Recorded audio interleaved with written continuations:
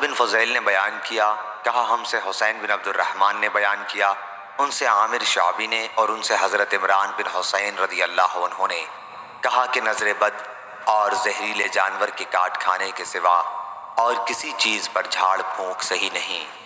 حسین نے بیان کیا کہ پھر میں نے اس کا ذکر سعید بن جبیر سے کیا تو انہوں نے بیان کیا کہ ہم سے حضرت ابن عباس رضی اللہ عنہ نے بیان کیا کہ رسول اللہ صلی اللہ علیہ وسلم نے فرمایا، میرے سامنے تمام امتیں پیش کی گئیں، ایک ایک دو دو نبی اور ان کے ساتھ ان کے ماننے والے گزرتے رہے، اور بعض نبی ایسے بھی تھے کہ ان کے ساتھ کوئی نہیں تھا۔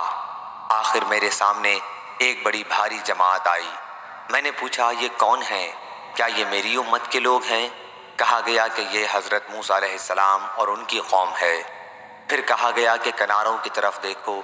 میں نے دیکھا کہ ایک بہت ہی عظیم جماعت ہے جو کناروں پر چھائی ہوئی ہے۔ پھر مجھ سے کہا گیا کہ ادھر دیکھو آسمان کے مختلف کناروں میں۔ میں نے دیکھا کہ جماعت ہے جو تمام افق پر چھائی ہوئی ہے۔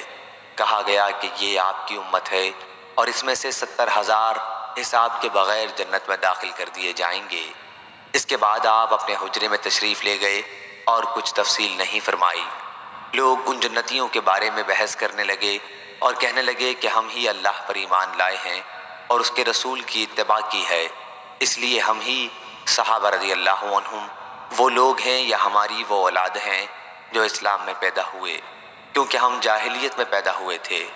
یہ باتیں جب حضور اکرم صلی اللہ علیہ وسلم کو معلوم ہوئیں تو آپ باہر تشریف لائے اور فرمایا، یہ وہ لوگ ہوں گے جو جھاڑ پھونک نہیں کراتے، فال نہیں دیکھتے اور داغ کر علاج نہیں کرتے، بلکہ اپنے رب پر بھروسہ کرتے ہیں۔